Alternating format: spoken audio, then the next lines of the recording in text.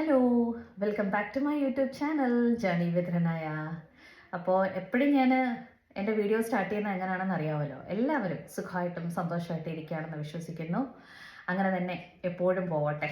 എല്ലാവർക്കും എപ്പോഴും എല്ലാ കാര്യങ്ങളും അവർ ആഗ്രഹിക്കുന്ന കാര്യങ്ങളൊക്കെ പോസിറ്റീവായിട്ട് വരട്ടെ. അപ്പം ഞാനും ദൈവകൃപയാൽ സുഖമായിട്ടും സന്തോഷമായിട്ടും പോവുകയാണ്. അപ്പോൾ ഇന്നത്തെ നിങ്ങൾ ഓൾറെഡി തമ്പ്നെയിലിൽ കണ്ട് കാണും. അതായത് നമ്മൾ ഇന്നത്തെ ഒരു PPT ആണ് നമ്മൾ ചെയ്യുന്നത്. അപ്പോൾ ഒരു PPT എന്ന് പറയുമ്പോൾ പ്രൈമറി ക്ലാസ്സിലേക്ക് വേണ്ടിയിട്ടുള്ളൊരു PPT ആണ്. എനിക്ക് പല ടൈപ്സ് ഓഫ് ആൾക്കാരാണല്ലോ നമുക്ക് മെസ്സേജ് അയക്കുന്നത്, ഒരു എൻക്വയറീസും ഒക്കെ ആയിട്ട് വരുന്നത്. അപ്പോൾ എനിക്ക് റീസെൻ്റായിട്ട് വന്ന ഒരു എൻക്വയറിയാണ്. അതായത് ഈ പ്രൈമറി ക്ലാസ്സിലേക്ക് എങ്ങനെയാണ് ഒരു വീഡിയോ ചെയ്യുന്നത്, വീഡിയോ മീൻസ് ഒരു PPT എങ്ങനെയാണ് ചെയ്യുന്നത് എന്നുള്ളതിനെ കുറിച്ചിട്ട് ഡെമോ ക്ലാസ്സിന് വേണ്ടിയിട്ടൊരു PPT ചെയ്യാമോ എന്ന് ചോദിച്ചിട്ടായിരുന്നു വന്നിരുന്നത്.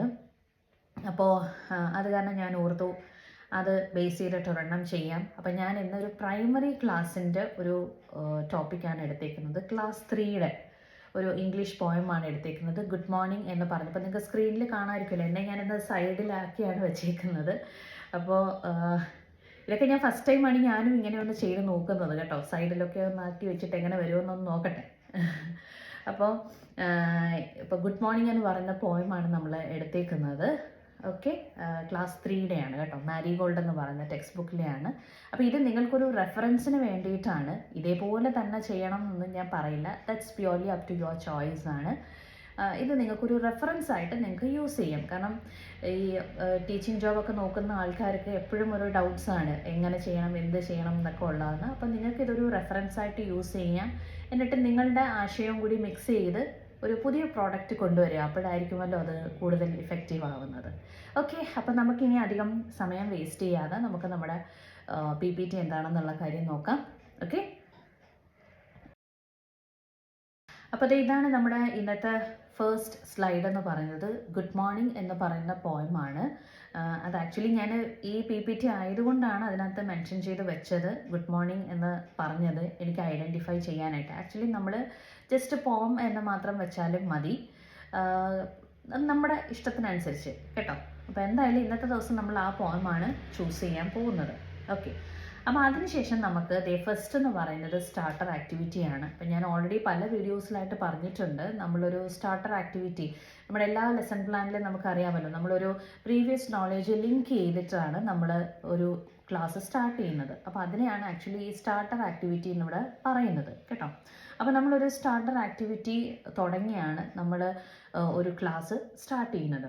അപ്പോൾ ഫസ്റ്റ് ആ സ്റ്റാർട്ടർ ആക്ടിവിറ്റിയിൽ ഞാൻ ആഡ് ചെയ്തേക്കുന്ന 2 ക്വസ്റ്റ്യൻസേ ഉള്ളൂ. സ്റ്റാർട്ടർ ആക്ടിവിറ്റിയൊക്കെ മിനിമൽ ആയിരിക്കണം. ആ ഒരു ടൈമിന് ഒരു 1 or 2 minutes, 2 minutes ഒക്കെ മാക്സിമം ആണ്. അപ്പോൾ അതിനകത്ത് ഒതുങ്ങി നിൽക്കാനായിട്ട് പറ്റണം. അപ്പോൾ ഫസ്റ്റ് സ്റ്റാർട്ടർ ആക്ടിവിറ്റിയുടെ ഫസ്റ്റ് ക്വസ്റ്റ്യൻ എന്ന് പറയുന്നത്, what do you usually do when you wake up in the morning. അപ്പോൾ അത് നമ്മൾ കുട്ടികളോട് ചോദിക്കുന്നതാണ്. പിന്നെ what sounds or sites make you feel it is morning time. അപ്പോൾ അതും അങ്ങനെ 2 ക്വസ്റ്റ്യൻസ് നമ്മൾ കുട്ടികളോട് ചോദിച്ചിട്ട് ആണ് നമ്മൾ ആ ഒരു പോയം ഇതാണ് എന്ന് പറഞ്ഞിട്ട് നമ്മൾ ഇൻട്രൊഡ്യൂസ് ചെയ്യുന്നത്. ഇത് പിന്നെ കുഞ്ഞു കുട്ടികളായതുകൊണ്ട് അവരിങ്ങോട്ട് ഗുഡ് മോർണിംഗ് എന്നുള്ള പോയമാണെന്നൊന്നും പറയണമെന്നില്ല, നമുക്ക് തന്നെ അങ്ങോട്ട് പറയാം. Okay, yes. അപ്പോൾ ഇനി നമ്മുടെ അടുത്ത സ്ലൈഡ് എന്ന് പറയുന്നത് ലേണിംഗ് ഒബ്ജക്റ്റീവ്സ് ആണ്. എല്ലാ ലെസൺ പ്ലാനിലും എല്ലാ ക്ലാസ്സിലും ഉള്ള ഒരു മെയിൻ ഐറ്റമാണ് ലേണിംഗ് ഒബ്ജക്റ്റീവ്സ് എന്ന് പറയുന്നത്. അപ്പോൾ നമ്മുടെ ഈ ഒരു പോയത്തിൻ്റെ ലേണിംഗ് ഒബ്ജക്റ്റീവ്സ് എന്താണ്, ഇന്നത്തെ ക്ലാസ് കൊണ്ട് എന്താണ് നമ്മൾ ഉദ്ദേശിക്കുന്നത് എന്നുള്ള കാര്യം നമുക്ക് ഇൻട്രൊഡ്യൂസ് ചെയ്യാം. അപ്പോൾ ലേണിംഗ് ഒബ്ജക്റ്റീവ്സ് ആയിട്ട് ഞാനിവിടെ 3 പോയിൻറ്റ്സ് ആണ് വെച്ചിട്ടുള്ളത്. Identify the poem, second one understands the theme of the പോം, and third one appreciate the poem. അപ്പോൾ ഇങ്ങനെ 3 പോയിൻറ്റ്സ് ആണ് ഞാൻ ആഡ് ചെയ്ത് വെച്ചിട്ടുള്ളത്. അപ്പോൾ കൊച്ചു കുട്ടികളുടെ ക്ലാസ് ആയതുകൊണ്ട് തന്നെ PPTയും കുറച്ച് സിമ്പിളായിരിക്കണം. ഓക്കെ, ആക്ടിവിറ്റി ആണെങ്കിലും PPT ആണെങ്കിലും കുറച്ച് സിമ്പിളും ആയിരിക്കണം, പക്ഷേ കുറച്ച് കളർഫുൾ ആവാനായിട്ട് നോക്കുക കേട്ടോ. കുറച്ച് കളർഫുള്ളും കൂടി ആയിരിക്കും, കാരണം കൊച്ചു കുട്ടികളാണ്. ഓക്കെ, അപ്പോൾ നമ്മുടെ ആ ഒരു ബേസിക് ഇൻട്രൊഡക്ഷനൊക്കെ ശേഷം ആ ഒരു ലേണിംഗ് ഒബ്ജക്റ്റീവ്സിന് ശേഷം ഇനി നമ്മുടെ നെക്സ്റ്റ് സ്ലൈഡ് എന്ന് പറയുന്നത് അബൌട്ട് ദ പോയിറ്റ്. നമ്മൾ ഈ പോയിറ്റിനെ നമ്മളൊന്ന് ഇൻട്രൊഡ്യൂസ് ചെയ്ത് കൊടുക്കുകയാണ് കുട്ടികൾക്ക്. അപ്പോൾ അതും ഇവിടെ ഞാൻ വളരെ ഷോർട്ടായിട്ടുള്ള 3 പോയിൻറ്റ്സ് വെച്ചിട്ടുള്ളൂ. ഒന്നാമത്തെ കാര്യം കൊച്ചു കുട്ടികളാണ്. അപ്പോൾ നമ്മൾ വലിയ നീട്ടി പരത്തിയൊക്കെ അങ്ങ് പറഞ്ഞു കഴിഞ്ഞിരുന്നാൽ അവർക്കതൊന്നും മനസ്സിലാവണം എന്നില്ല. പിന്നെ അവരുടെ അറ്റൻഷൻ സീക്കുക എന്ന് പറയുന്നത് തന്നെ അടുത്ത വലിയൊരു ടാസ്ക്കാണ്. അപ്പം മാക്സിമം അതുകൊണ്ടാണ് കുറച്ച് കളർഫുള്ളാക്കി വെക്കണം എന്നൊക്കെ പറയുന്നത്. ഇപ്പം ഈ സ്ലൈഡ് എത്രമാത്രം കളർഫുള്ളായിട്ട് നിങ്ങൾക്ക് തോന്നുമെന്ന് എനിക്കറിയില്ല. പക്ഷേ എന്നിരുന്നാലും ഞാൻ പറ്റുന്ന പോലെ കുറച്ചൊന്ന് കളർഫുള്ളാക്കി എടുക്കാൻ ശ്രമിച്ചിട്ടുണ്ട് കേട്ടോ. അപ്പോൾ ഞാനിവിടെ 3 പോയിൻറ്റ്സ് ആണ് ആഡ് ചെയ്ത് വെച്ചിട്ടുള്ളത്.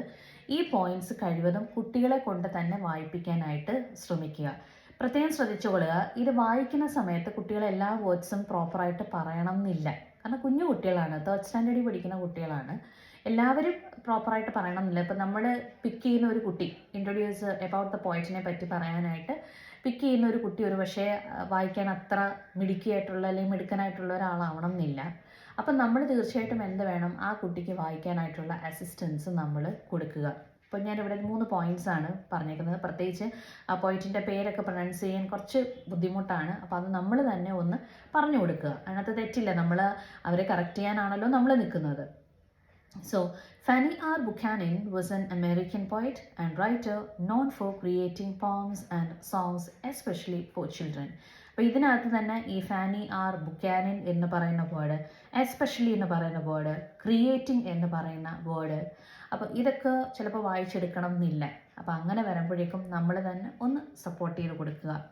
Then she wrote in a simple and joyful style, making her works easy for young readers to understand and enjoy.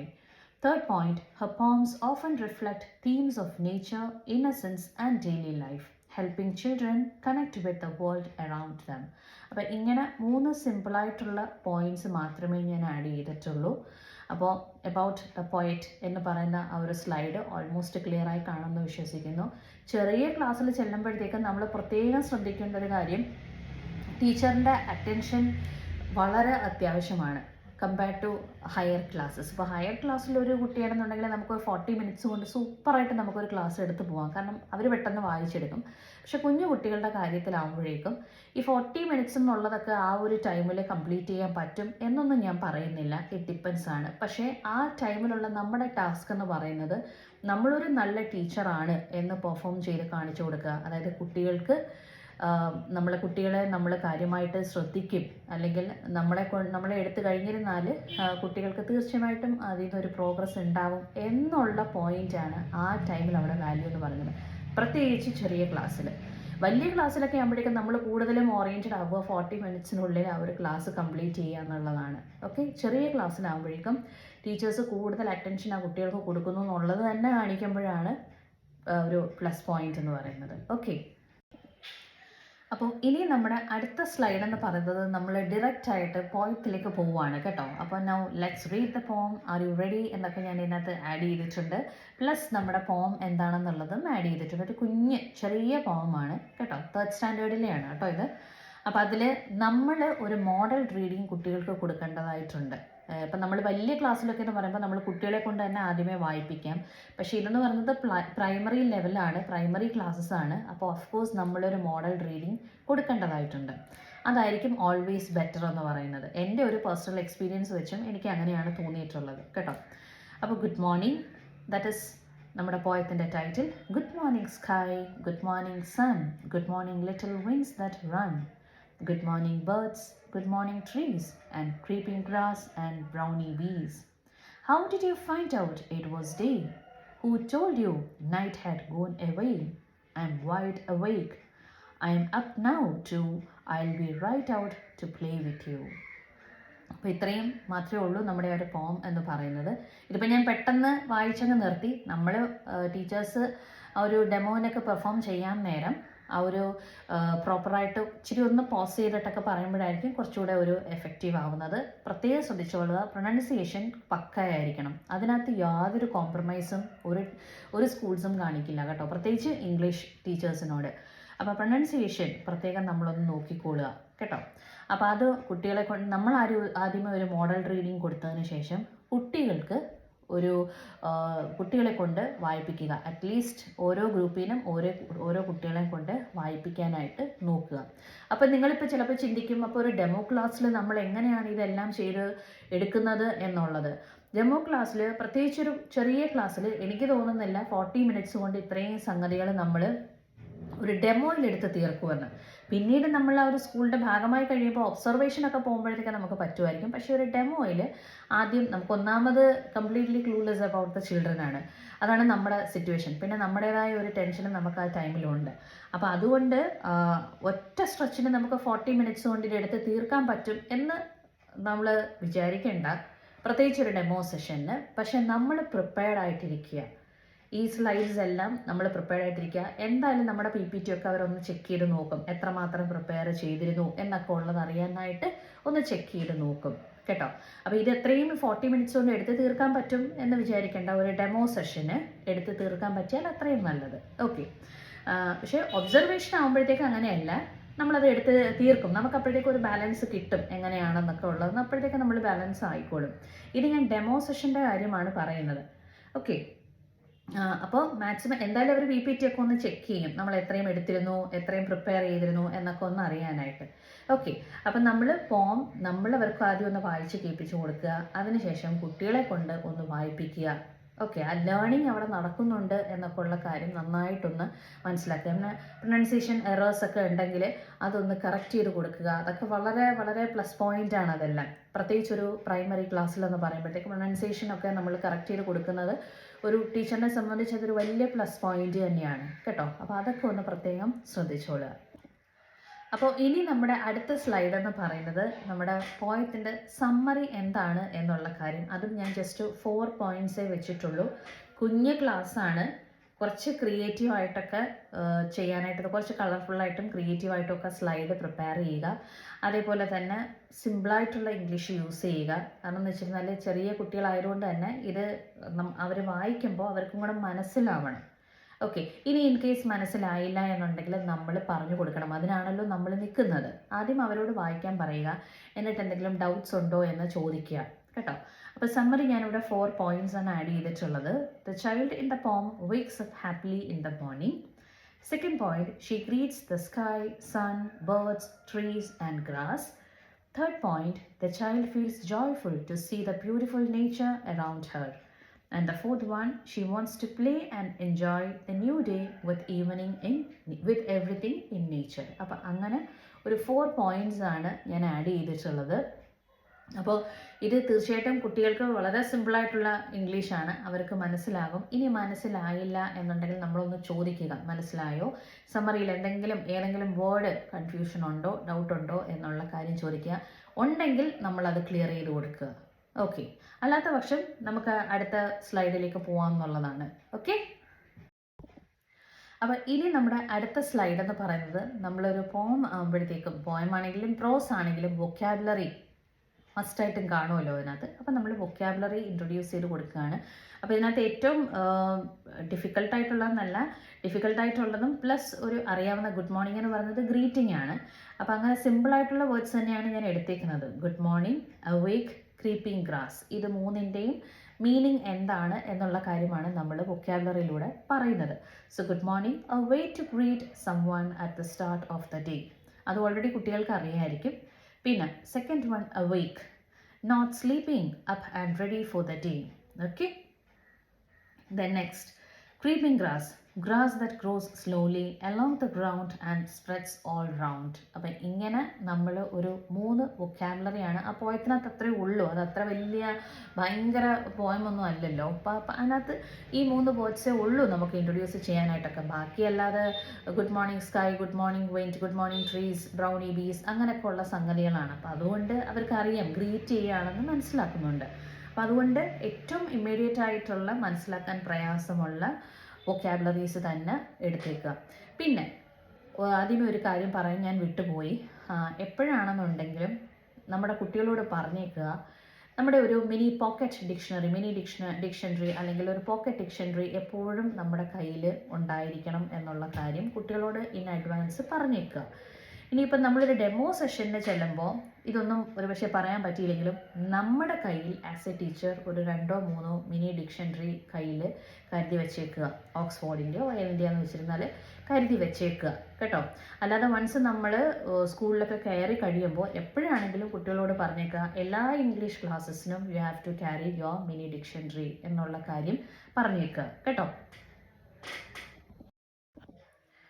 അപ്പോൾ അപ്പോൾ ഇനി നമ്മുടെ നെക്സ്റ്റ് സ്ലൈഡ് എന്ന് പറയുന്നത് ആക്ടിവിറ്റി സെഷനാണ്. അപ്പോൾ ഞാനിവിടെ ലെറ്റ്സ് ഡു സം ആക്ടിവിറ്റി എന്നൊക്കെ പറഞ്ഞിട്ട് 5 ആക്ടിവിറ്റി ആഡ് ചെയ്തിട്ടുണ്ട്.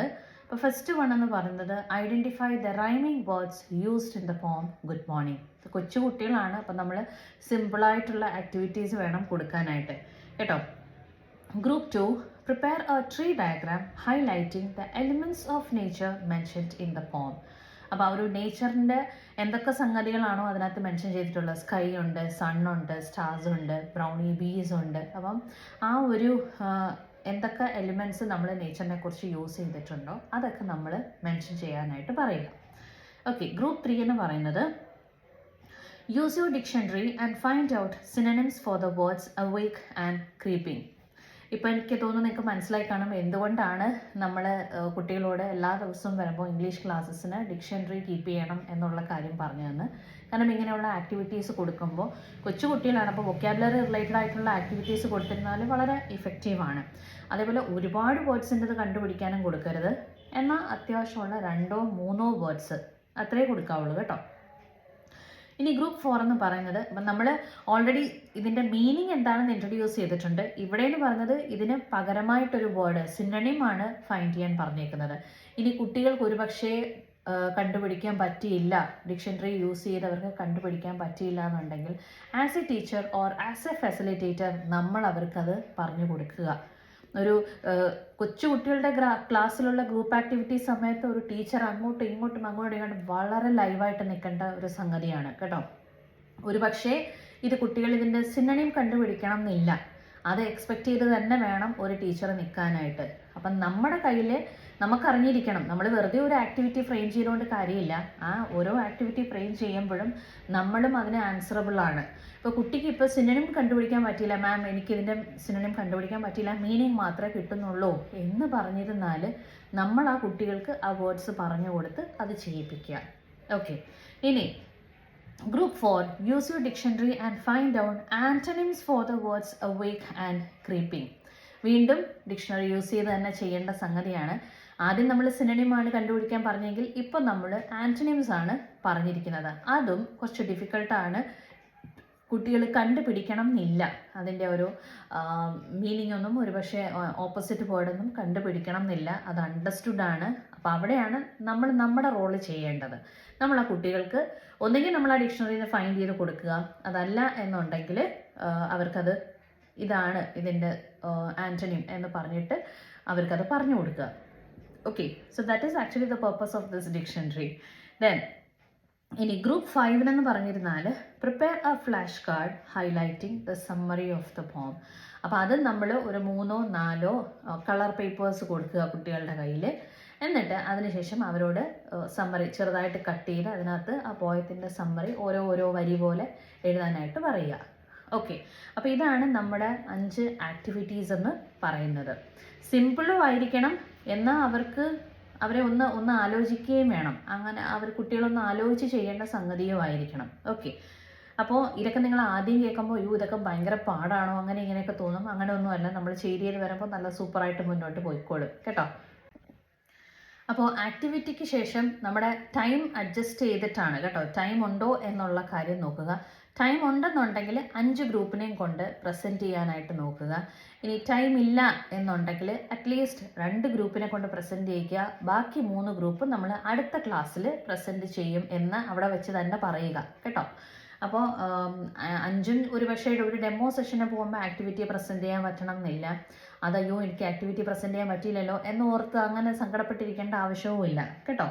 അപ്പോൾ ആക്ടിവിറ്റീസ് 5 എണ്ണം പറ്റിയില്ല എന്നുണ്ടെങ്കിൽ മിനിമം ഒരു 2 എണ്ണമെങ്കിലും നമ്മുടെ ടൈമിന് പറ്റുന്ന രീതിയിൽ 2 എണ്ണമെങ്കിലും നമ്മൾ നോക്കിയേക്കുക.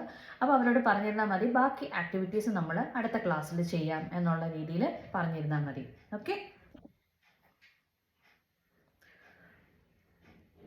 അപ്പോൾ ഇനി നമ്മുടെ അടുത്ത സ്ലൈഡ് എന്ന് പറയുന്നത് ലേണിംഗ് ഔട്ട്കംസ് ആണ്. ലേണിംഗ് ഒബ്ജക്റ്റീവ്സ് ഉണ്ടെങ്കിൽ ലേണിംഗ് ഔട്ട്കംസ് ആണ്. ഓക്കെ, അപ്പോൾ അവിടെയും വീണ്ടും ലേണിംഗ് ഒബ്ജക്റ്റീവ്സിൻ്റെ പോയിന്റ്സ് തന്നെയാണ് നമ്മൾ ലേണിംഗ് ഔട്ട്കംസിനും ആഡ് ചെയ്യുന്നത്. പലർക്കും അത് കൺഫ്യൂഷൻ ഉള്ളൊരു കാര്യമാണ്, ലേണിംഗ് ഒബ്ജക്റ്റീവ്സും ലേണിംഗ് ഔട്ട്കമും സെയിം ആണോ എന്നുള്ളത്. ഓഫ് കോഴ്സ് സെയിം ആണോ എന്ന് ചോദിച്ചിരുന്നാൽ സെയിം ആണ്, പക്ഷേ എന്തെന്നാൽ ചെറിയ രീതിയിൽ ഡിഫറൻസ് ഉണ്ട്. ലേണിംഗ് ഒബ്ജക്റ്റീവ്സ് എന്ന് പറയുമ്പോൾ കുട്ടികൾ പറയുന്നത് I will be able to, അപ്പോൾ വരെയും അവരത് അച്ചീവ് ചെയ്തിട്ടില്ല. അപ്പം ഞാൻ ഈ ക്ലാസ്സിലൂടെ എനിക്കത് പറ്റുമായിരിക്കും എന്നാണ്. പക്ഷെ ലേണിംഗ് ഔട്ട്കംസിലേക്ക് വരുമ്പോഴേക്കും സെയിം പോയിന്റ്സ് തന്നെയാണ്, പക്ഷേ ആ ഒരു ഐഡിയ അവിടെ മാറിക്കഴിഞ്ഞു. ഐ ആം ഏബിൾ ടു എന്നായി മാറും. I am able to identify the poem, I am able to understands the theme of the poem, I am able to appreciate the poem. അപ്പം I am able to എന്നുള്ള രീതിയിലേക്കായി മാറും നമ്മൾ learning outcome. കാരണം നമ്മൾ ആ ഒരു പ്രോസസ്സ് കടന്നു വന്നു കഴിഞ്ഞു. ഓക്കെ, അപ്പോൾ അതാണ് അതിൻ്റെ ഒരു മെയിൻ ഡിഫറൻസ് എന്ന് പറയുന്നത്. അപ്പം നമ്മുടെ ലാസ്റ്റ് സ്ലൈഡ് എന്ന് പറയുന്നത് ഒരു താങ്കിങ് സ്ലൈഡാണ്. അപ്പം നമ്മൾ താങ്ക് യു ആഡ് ചെയ്യുക. അപ്പോൾ ഇത്രയും കാര്യങ്ങളാണ് മെയിനായിട്ട് നമ്മളുടെ ഒരു പവർ പോയിൻറ്റ് പ്രസൻറ്റേഷന് നമ്മൾ പ്രൈമറി ക്ലാസ്സിൻ്റെ ഡെമോ സെഷന് വേണ്ടിയിട്ട് ശ്രദ്ധിക്കേണ്ടത്. അപ്പോൾ ഒരുപാട് പേര് എനിക്ക് മെസ്സേജസ് അയക്കാറുണ്ട് 40 മിനിറ്റ്സ് കൊണ്ടൊക്കെ കംപ്ലീറ്റ് ചെയ്യാൻ പറ്റുമോ എന്നൊക്കെ ഉള്ളത്. ട്രൈ ചെയ്ത് നോക്കുക മാക്സിമം. 40 മിനിറ്റ്സ് കൊണ്ട് ഒരു ഡെമോ സെഷന് പറ്റുമായിരിക്കും എന്ന് ഞാൻ പറയുന്നില്ല, പ്രത്യേകിച്ച് ഒരു പ്രൈമറി ക്ലാസ്സിലൊക്കെ. ഇനി അങ്ങനെ പറ്റിയില്ലെങ്കിൽ കൂടി നമ്മൾ ടെൻഷൻ അടിക്കേണ്ട ആവശ്യമൊന്നുമില്ല. നമ്മൾ മാക്സിമം ലൈവായിട്ട് നിന്നുകൊണ്ട് കോൺഫിഡൻ്റ് ആയിട്ട് നിന്നുകൊണ്ട് ആ കുട്ടികളെ നമ്മൾ നല്ലോണം ശ്രദ്ധിക്കുന്നുണ്ട്, ലേണിംഗ് നന്നായിട്ട് അവിടെ നടക്കുന്നുണ്ട് എന്നുള്ള കാര്യം അവരെ ഒന്ന് ബോധ്യപ്പെടുത്തുക, ഒബ്സർവേഴ്സിനെ. ഓക്കെ, അപ്പോൾ അവിടെ തന്നെ നമ്മൾ കുറേയൊക്കെ ക്ലിക്ക് ആയിക്കോളും കേട്ടോ. അപ്പോൾ ഇതാണ് പ്രൈമറി സെഷനെ ബേസ് ചെയ്തിട്ടുള്ള ഒരു PPT എന്ന് പറയുന്നത്. അപ്പോൾ ഇത് നിങ്ങൾക്ക് നിങ്ങളുടെ റെഫറൻസ് ആയിട്ട് യൂസ് ചെയ്യാം. ഇത് തന്നെ നിങ്ങൾ യൂസ് ചെയ്യണം എന്നല്ല ഞാൻ പറയുന്നത്. അപ്പോൾ കാരണം ഓരോ സ്കൂൾസിനും ഓരോ രീതിയാണ്. അപ്പോൾ പുതിയതായിട്ടൊക്കെ ടീച്ചിങ് ജോബിനൊക്കെ നോക്കുന്ന ആൾക്കാർക്ക് ഈ ഒരു PPT ഒരു റെഫറൻസ് ആയിട്ട് നിങ്ങൾക്ക് യൂസ് ചെയ്യാം. എന്നിട്ട് നിങ്ങളുടേതായ ആശയങ്ങളും കൂടി കൊണ്ടുവരിക. അപ്പോഴായിരിക്കും കൂടുതൽ അതിനൊരു ലൈഫ് കിട്ടുക എന്ന് പറയുന്നത് കേട്ടോ. അപ്പോൾ അതാണ് നമ്മുടെ ഇന്നത്തെ വീഡിയോ എന്ന് പറയുന്നത്. ഓക്കെ, അപ്പോൾ നമുക്കിനി അടുത്തൊരു വീഡിയോ ആയിട്ട് നമുക്ക് വീണ്ടും കാണാം. So thank you so much for supporting me. By.